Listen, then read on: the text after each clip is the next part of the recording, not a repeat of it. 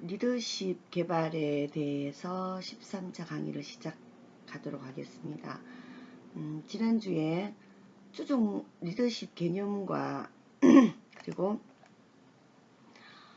마샬 골드 스미스가 주장하는 4가지 리더의 역할에 대해서 같이 공부를 했죠. 그래서 4가지 리더의 역할은 경계 없는 사상가, 네트워크 구축자, 외교관, 해설자, 이런 이제 리더의 역할이 필요하고, 그게 또 연관된 세부 역할, 그리고 행동과 어떠한 역량이 필요한가에 대해서 같이 이제 학습을 했습니다. 이번 주는 리더십 이론과 모델에 대해서 잠깐 보겠는데요.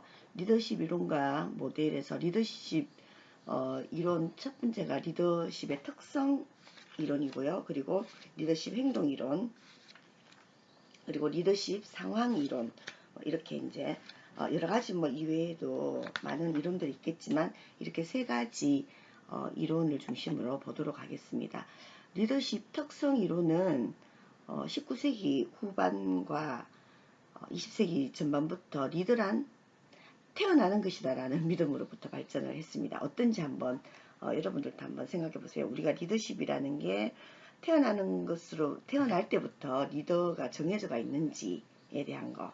그래서 태어나면서부터 리더는 원래 리더십을 가지고 있는 그런 사람이 따로 있는 거. 이게 이제 리더십 특성 이론이라고 볼 수 있습니다.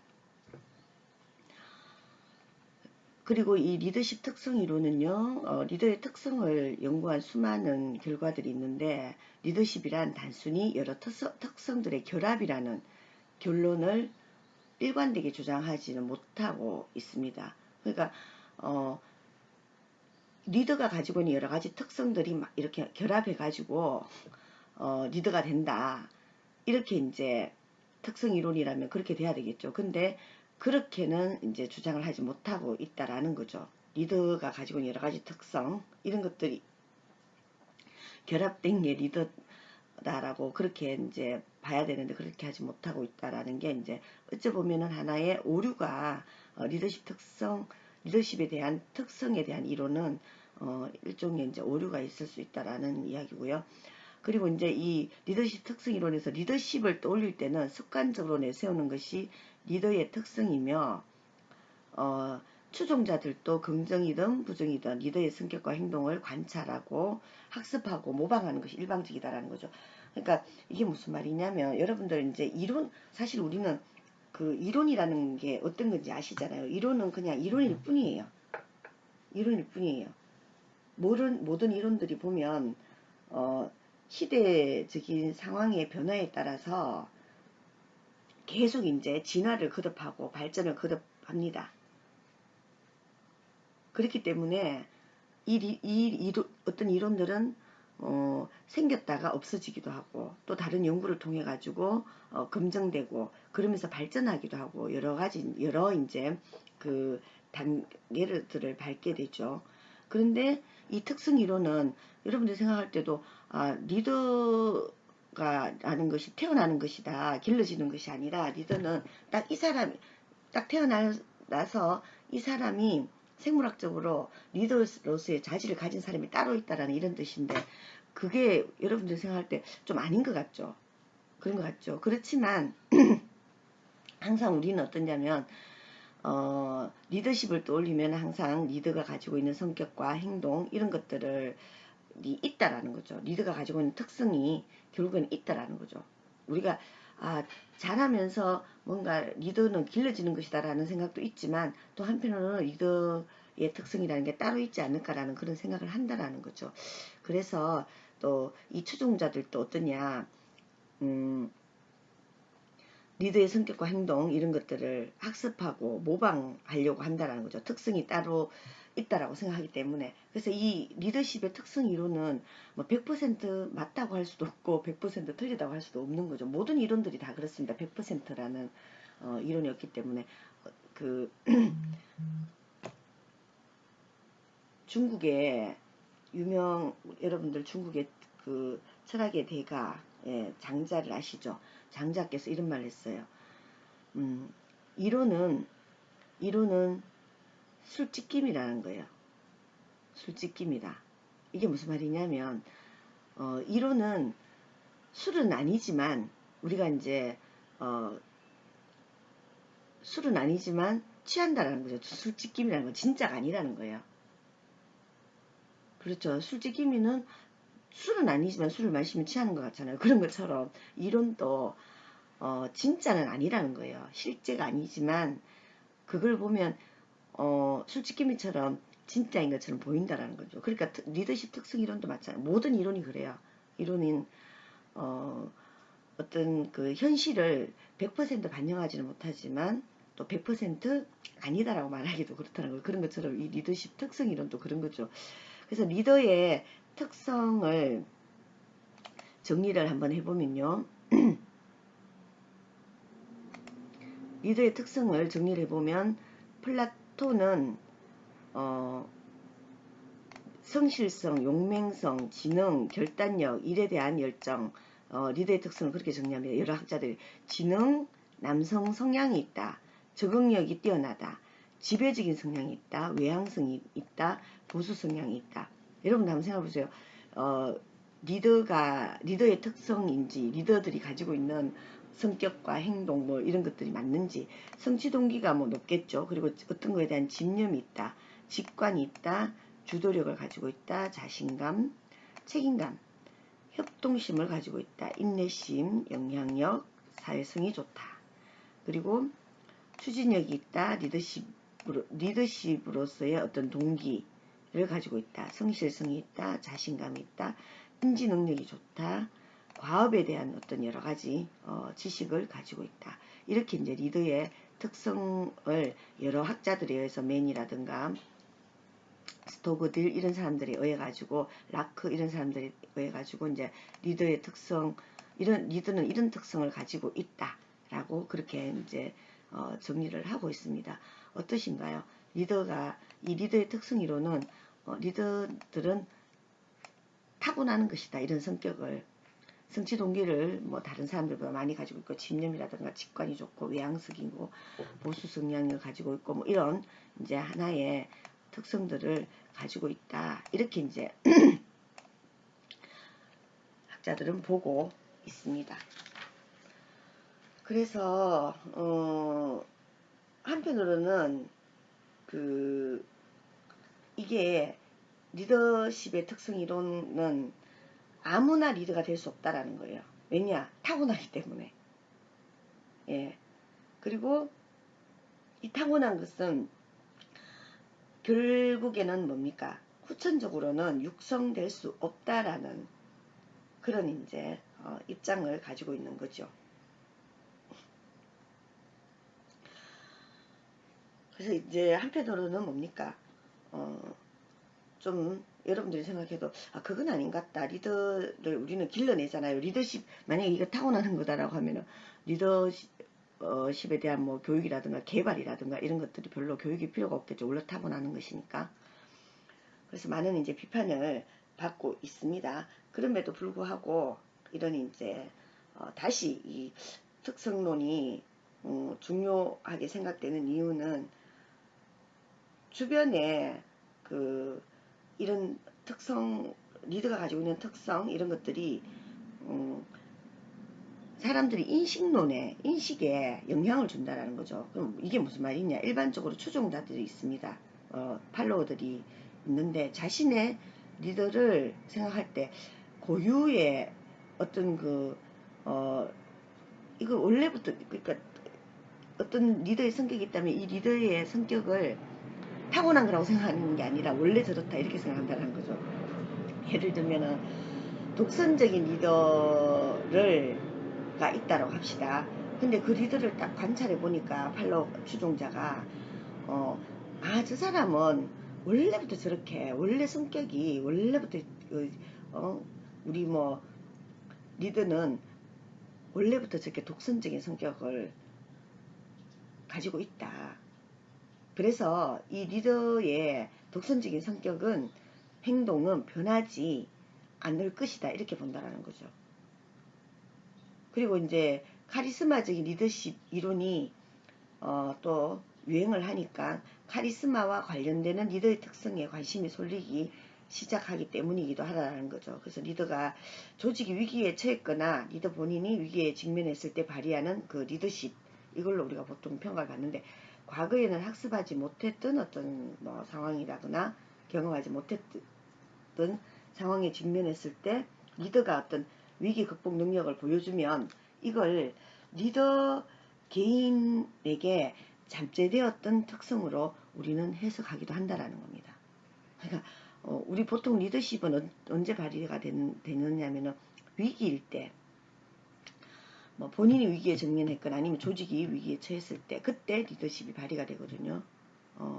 그러면 그 리더십을 발휘하는 리더는 정말 뭐 그 위기 극복 능력을 만약에 보여줬다 그러면 정말 리더 개인의 잠재되었던 어떤 특성으로, 개인의 특성으로 본다라는 거예요.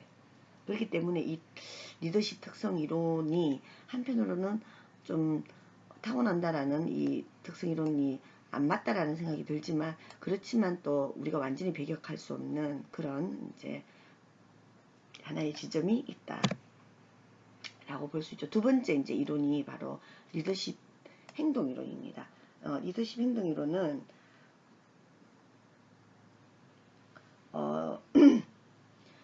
이 리더십 특성 이론에 앞서 이제 말한 리더십 특성 이론에 대한 연구 결과의 어떤 한계, 이런 것들이 이제 새로운 리더십에 대한 관심을 집중시키면서 특히 이제 2차 세계대전이 발발하고, 그러면서 새로운 리더십에 대한 연구가 시급한 일로 대두되었어요. 그래서 리더십의 유효성의 결정 요인으로서 특성보다는 행동에 주목하기 시작했습니다. 그 사람의 어떤 개인적인 특성보다는 행동에 주목하기 시작했다고 합니다.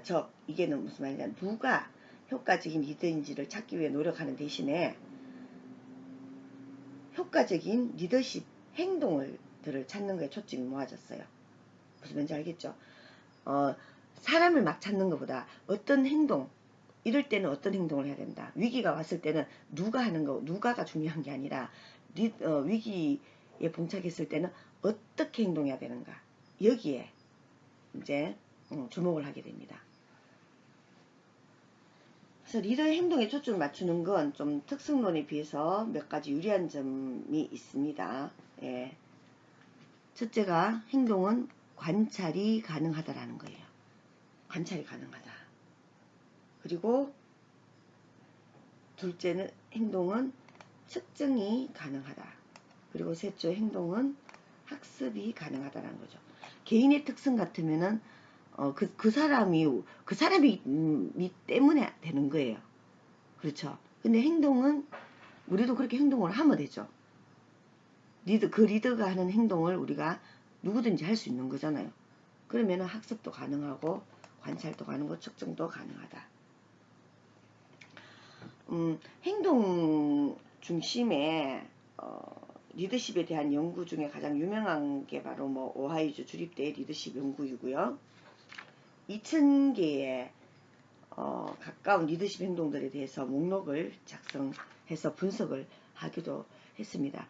어쨌든 간에 리더의 특성이 아니라 효과적인 리더십 행동을 수행하도록 사람들을 훈련시킬 수 있는 게 참 좋다라는 거죠.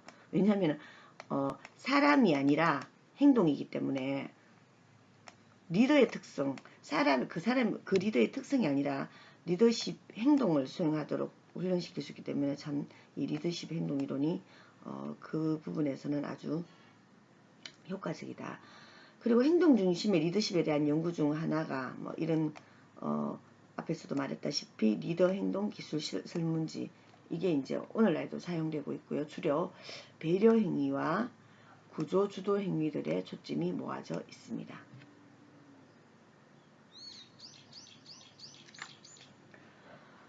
배려 행위는 일반적으로 사람 중심이고 추종자들을 도와주고 보살펴주는 행위들로 구성되어 있고, 반면에 구조 주도 행위는 업무를 명확하게 지시하는 역할처럼 다양한 업무 관련 행동을 포함하고 있고요. 리더십 행위론이 갖는 가장 큰 취약점은 그러면 뭔가, 이런 리더십 행동 이론이 리더의 스타일이 어느 상황에서나 효과적으로 적용될 수 있다는 보편적인 입장을 취하고 있는 게 취약점이다 라고 그렇게 보고 있습니다.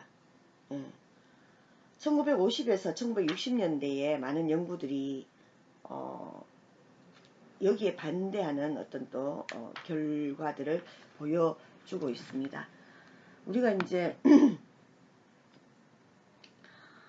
그 리더십이라는 게 천부적이라는 것이라기보다는 학습을 통해서 육성될 수 있다는 점에서 그 리더십 훈련에 대한 관심을 불러일으킨 게 바로 이 그 행동 중심 리더십 행동 이론 이런 것들로 해서 가능해졌다라는 거죠.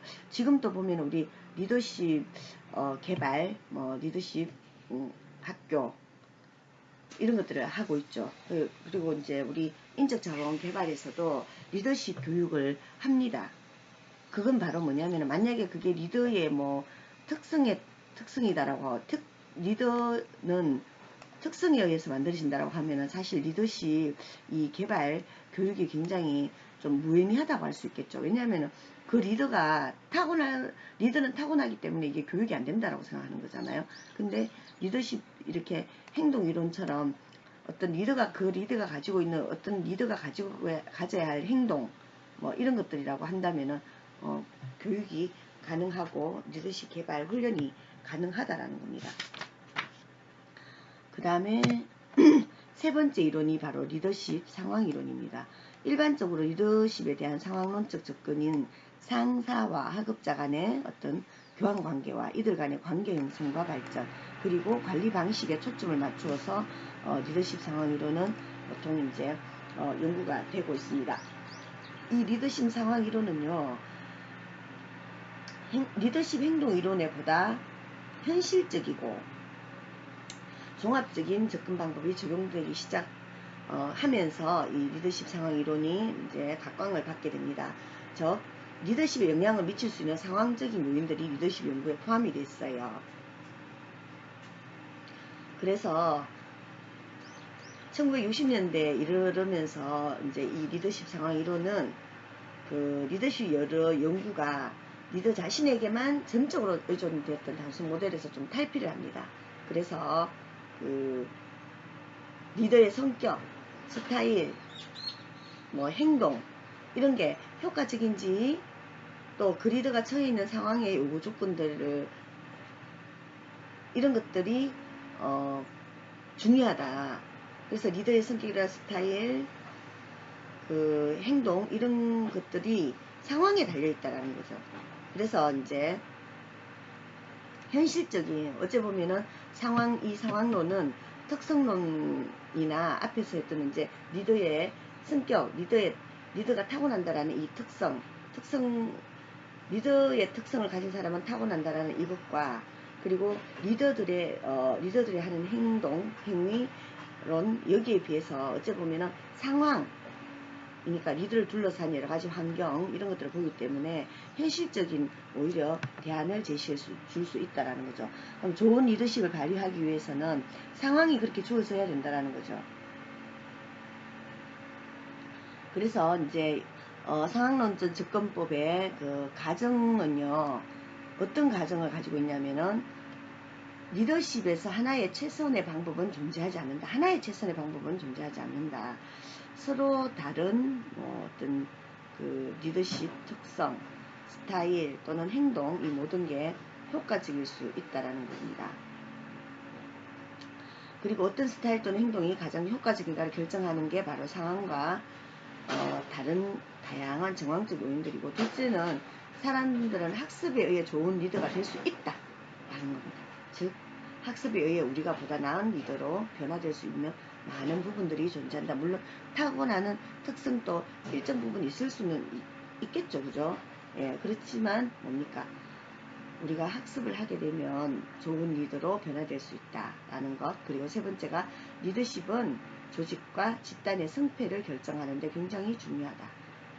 조직이 나아가고자 하는 방향과 그리고 의사결정 결과에 영향을 미치는 많은 요인이 존재합니다. 그래서 그 요인들은 리더십보다 보다 더 중요하지는 않다 할지라도 리더십만큼 중요하다라는 거죠. 그리고 네 번째는요, 개인적인 특성과 상황적 특징들은 모두 리더십 유효성에 영향을 미친다라는 거죠. 개인적인 특성, 상황적인 특징, 이런 것들이 다 유효성에 영향을 미친다. 앞에서 말하는 그러니까 리더가 가지고 있는 개인적인 특성이 있죠. 이 특성과 상황적인 특징들, 이런 모든 것들이 다 리더십 유효성에 영향을 미친다라는 겁니다.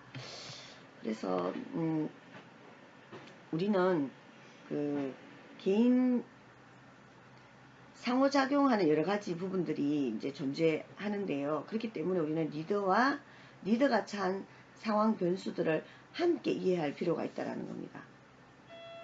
일반적으로 리더십에 대한 상황론적 접근은 상사와 하급자 간의 교환 관계, 이런 것들이 이제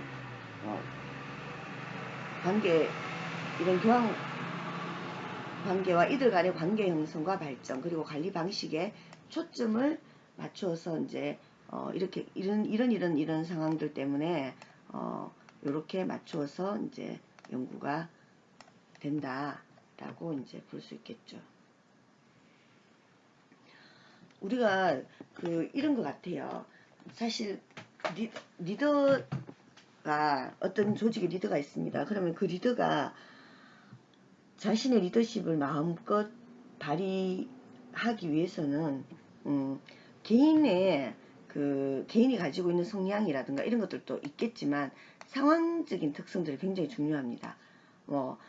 팔로워들이, 추종자들이 어쨌든 리더를 잘 따라주는 그런 팔로워들이 누군가 아니면은 지금 사회 상황이 어떤가, 이런 것들이 다 이제 환경이 어떠한가, 이런 것들이 다 상황적 특징들이죠. 그 모든 것들이 다 뭡니까? 리더십에 영향을 준다라는 겁니다. 실제로도 이제 그런 것 같아요. 저는 리더십 상황 이론이 이 앞에서 있었던 두 이론들에 비해서 모든 이제 이론들은 100%는 아니지만 이 이론이 그나마 우리 현실 사회에서요. 또 사회가 변화되면은 상황이 변화되면 어떻게 될지 모르겠지만 지금은 이 리더십 상황 이론이 이제 리더십 개발에 중요하게 작용을 하는 것 같습니다. 그래서 대표적인 리더십 상황 이론은 어떤 게 있냐면 경로 목표 이론입니다. 경로 목표 이론이라고, 이 경로 목표 이론은 리더의 주요 역할은 하급자들이 목표를 달성하기 위해 취해야 하는 경로를 명확히 설정해 주는 거라는 거죠. 리더가 해야 될 역할은 우리가 이제 어떤 조직에서 리더는 뭡니까? 조직이라는 것은 공동의 목표가 있는 게 조직입니다. 여러분들 우리 조직 이렇게 이야기하잖아요. 그럼 우리 조직 할 때 이 조직은 뭡니까? 공동의 목표를 가진 사람들이 이렇게 모여 있는 거예요. 그리고 이 모여 있는 게 막 산발적으로 모여 있는 게 아니라 수평과 수직이 직조되어 있는 거예요. 조직이라는 거는 어떤 직조되어 있는 하나의 집단이라는 뜻이거든요. 그럼 직조가 되어 있다는 건 뭐냐면 여러분들 십자로 이렇게 한번 생각해 보세요. 정말로 촘촘하게, 조직이 큰 조직 같으면 아주 촘촘하겠죠. 어쨌든 수평과 수직이 있습니다. 수평과 수직이 이제 시실과 날실처럼 이렇게 엮여져 있는 그런 곳이 조직입니다. 근데 이 조직은 그러면은 그 시실과 날실처럼 엮이려고 하면 뭐가 있어야 됩니까? 공동의 목표가 있어야 됩니다. 그 공동의 목표를 가진 사람들이 모인 게 조직인데, 그럼 이 조직은 목표가 있잖아요. 그 목표를 달성하기 위해서 리더가 뭘 해야 되냐면 하급자들에게 그 목표 달성을 위해서 무엇을 해야 될 건지를 명확하게 설정해 줄 수 있어야 된다는 거죠. 말로 막 설정하는 게 아니라 모든 행동이라든가 표정이라든가 어떤 일상 속에서, 표현 속에서 말을 할 수도 있고 여러 가지가 있겠죠. 그죠? 이런 것들을 통해서 하급자들이 어디 방향으로 가야 할 것인가, 경로를 명확히 설정해 주는 것이 리더십 상황 이론에서, 경로 목표 이론에서 리더가 해야 할 주요 역할이다라는 거죠. 그래서 경로 목표 이론에 일반적으로 두 가지 이제 가설이 있습니다. 만약에 과업이 매우 구조화되어 있거나 명확하거나 지루한 경우에는 리더는 어떻게 해야 되는가? 추종자 만족도를 높이기 위해서 지원적 또는 배려 행위를 발휘해야 한다는 겁니다. 그러니까 상황에 따라서 다르다라는 거예요. 과업이 너무 이렇게 명확한 거예요. 이 사람이 해야 될 게. 그리고 너무 구조화되어 있고 그럴 때는 그럼 우리가 항상 단순 노동 우리가 공동의 목표를 위해서 그 조직 속에서 내가 하는 일이 너무나 단순한 일이에요. 계속 하루 종일 똑같은 것만 해야 되는 거예요. 그러면 그걸 이제 매우 구조화되어 있다 이렇게 이제 표현을 합니다. 그렇거나 아니면은 너무 명확한 거예요. 오늘 뭐 매일같이 이 사람이 해야 될 게 뭐 조립을 하는 일이다. 라든가 아니면은 뭐 물건을 생산하는데 분업이 딱 돼 있어 가지고 한 사람이 요것만 딱 하고 뭐 용접만 계속 한다. 그런 이제 일을 하고 있어요. 그러면은 정말 지루하겠죠. 그러면 추종자의 만족도를 높이기 위해서 이 리더는 뭘 하냐면은 배려를 해줘야 된다라는 거예요. 내가 뭔가 되게 지지받고 있고 지원받고 있고 응원받고 있고 그러는 게 이제 필요하다라는 겁니다. 혹시 우리 이 수업을 들으시는 분들 중에서도 리더가 있으실 텐데 만약에 회사를 경영한다. 그럼 이 회사는 뭡니까? 한 가지 목표를 가지고 있죠. 같이 그 회사에서 일하는 사람들은 이윤을 남기기 위한 거예요. 이윤을 남겨야지 뭡니까? 최종의 목표는 이윤 추구죠. 그럼 이윤을 남겨야지 뭘 할 수 있나요? 내가 임금을 받을 수도 있고 그리고 이 리더도 뭡니까? 이윤을 남겨야지 내가 직원들에게 뭐 월급도 주고 그리고 나도 그 자본을 성취할 수 있는 거잖아요. 그러면은 같은 목표를 가지고 있단 말이에요. 그럴 때 현장에서 똑같은 일만 계속 하는 사람이 있어요. 그러면은 그분에게 우리가 리더로서 내가 해야 될 건 뭐냐? 너무나 이제 명확하잖아요. 이 사람한테 지시할 필요도 없어요. 맨날 자기가 해야 될 일이 뭔지 아니까. 그럴 경우에는 막 지시하는 게 아니라 오늘 이거 더 열심히 해서 막 이걸 하세요. 이게 아니라는 거예요. 리더가 할 일이. 그럴 때는 많이 힘들겠다. 그러면서 이제 지지해주는 지원해주는 그런 역할들을 하는 게 리더 역할이라는 거죠. 그리고 또 추종자에게 만약에 우리 쉽게 말하면 내가 이 회사의 리더예요. 직원 CEO예요. 그럼 추종자에게 주어진 과업이 좀 비구조화되어 있어요. 이 사람이 뭘 해야 되는지 정확하게 잘 몰라요. 그럴 때는 아니면 좀 모호한 경우에는 리더는 어떤 일을 해야 되는가? 지시적 행위가 보다 효과적이라는 거예요. 우리가 요즘 리더는 뭐 막 지시적이고 명령하는 거는 좋지 않다고 하지만 그거는 결국에는 뭡니까? 어떤 상황인가에 따라서 리더가 해야 될 그런 역할이 다르다라는 겁니다. 우리 만약에 뭐 영업직 직원이다라고 하면은 영업직 직원 같은 경우는 본인이 해야 되는 게 어찌 보면은 딱 뭘 해야 되는지 알죠. 근데 어떤 방법을 해야 되는지 만약 이 사람이 모르고 있다. 그럴 때는 어떻게 하라고 지시하는 게 더 효과적이다라는 거죠. 그래서 이거는 이제 뭡니까? 리더십은 상황에 따라서 리더십을 어떻게 발휘해야 될지는 그 상황에 따라서 달라진다라는 겁니다. 그래서 생산성과 만족도 높이기 위해서 길잡이 역할을 하는 게 오히려 맞다라는 거죠.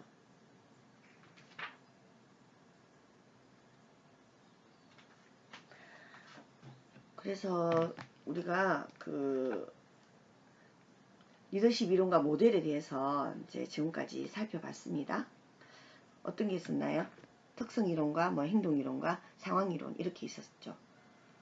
근데 이제 어쨌든 리더십 이론은 사회적 혹은 문화적 상황의 변화에 따라서 지금도 계속 변화하고 있고 진화하고 있고 많은 이론들이 생겼다가 사라졌다 이렇게 하고 있습니다.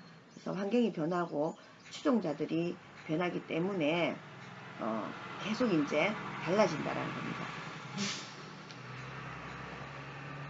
그래서 우리 관점은 항상 어디에 되는가? 리더십 개발의 방향성, 내용, 그리고 육성 방법에 대해서 우리도 계속 변화를 요구한다. 여러분들도 그래서 좋은 리더가 되기 위해서는 뭐 어떻게 해야 되는가? 인적 자원 개발 속에서 인적 자원 개발 내지는 인적 자원 관리를 할 때 다음 리더를 육성해야 된다. 아니면 중간 리더들을 많이 개발해야 된다. 이럴 때 어떤 게 좋을 것인가? 어떤 방식으로 리더십을 개발해야 될 것인가?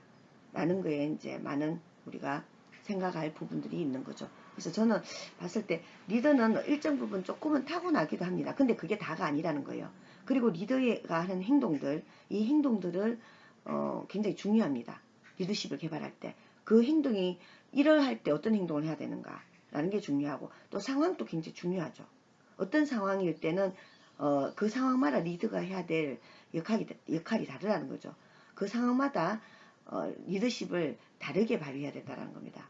그래서 좋은 리더가 된다라는 건 참 쉽지 않은 일인 것 같아요. 저도 이제 저희 조직에서 리더 역할을 하고 있는데 정말 힘들 때가 한두 번이 아니에요. 특히 이제 굉장히 외로울 때가 많죠.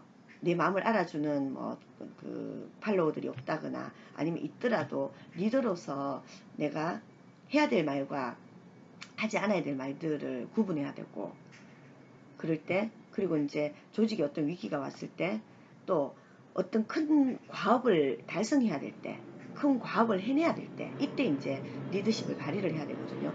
그럴 때 이제 추종자들을 이렇게 쭉 모아서 가는 거, 이게 이제 리더 역할인데, 그렇게 하지 못할 때가 참 많습니다. 왜냐하면은 그 환경이 다르잖아요.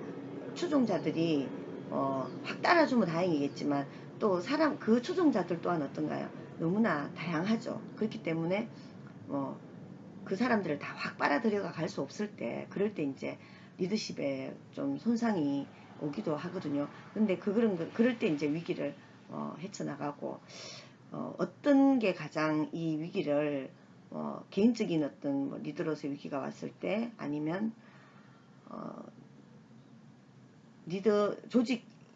조직의 위기가 왔을 때, 이럴 때 리더로서 정말 해야 될 게 무엇인가에 대한 중심을 잡는 게 쉽지 않다라는 거죠. 그래서 항상 외로운 자리에 있는 것 같고, 그리고 늘상 고민이 많고, 잠 못 이루는 밤이 많고, 그런 것 같습니다.